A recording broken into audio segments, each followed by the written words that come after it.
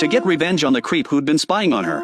This woman pulled off something no other woman would dare to try. She drew a full liter of blood from her own arm. First, she poured some on the floor. Then, she let a single drop fall by the doorway. After that, she dumped the rest into a pot and mixed it with hot water. Once she had enough blood water, she slipped her pajamas over a pillow and stabbed it dozens of times with a knife. Then she smeared the blood water evenly across the surface. Finally, she timed everything to the second. A breath before the voyeur unlocked the door. She held her breath and lay motionless on the couch like a corpse. The moment the voyeur stepped inside, he stepped right on the drop of blood by the door, leaving evidence of his entry. The next second, his eyes landed on the body on the couch. The pool of blood was so massive that even this creep felt sick to his stomach and threw up a little, but he forced it back down, because he remembered he was the one who'd broken in. If he left any trace at the scene, or used his own phone to call the police, he'd have no way to explain himself. So to keep his name out of it, he had no choice but to bolt out of the apartment as fast as he could. What he didn't realize was that he'd walked straight into her trap. The moment the woman saw him leave,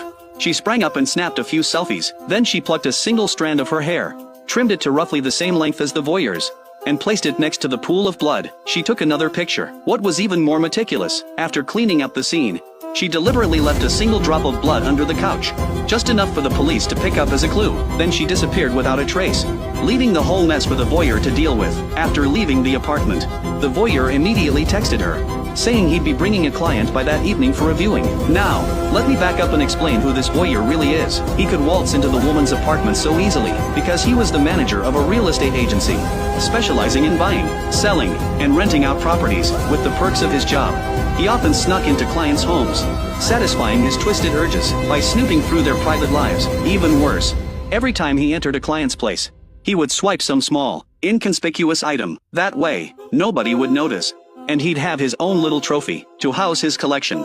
He'd even rented out a large storage unit and hung every stolen item on the walls, creating his own secret little kingdom. But after enough thrills, the original rush starts to fade, so Awe decided to find a new way to get his fix. That's exactly when a beautiful woman caught his eye. She was clearly eating a grilled sausage, yet her social media was full of vegetarian photos, with captions about how she only ate vegetables because she loved animals so much. This contradiction between her image and reality fascinated Awe, so he made her his next target, planning to tail her and figure out exactly who this woman really was. By going through the mail at her place, Awe learned her name was Sora. A quick social media search revealed she was actually an influencer with nearly 300,000 followers. Her feed was full of designer bags, luxury cars, and meals at Michelin-starred restaurants. At first glance, she seemed like a wealthy woman with a privileged background. But here's the thing, if she really was that rich, why was she living in a rundown old rental?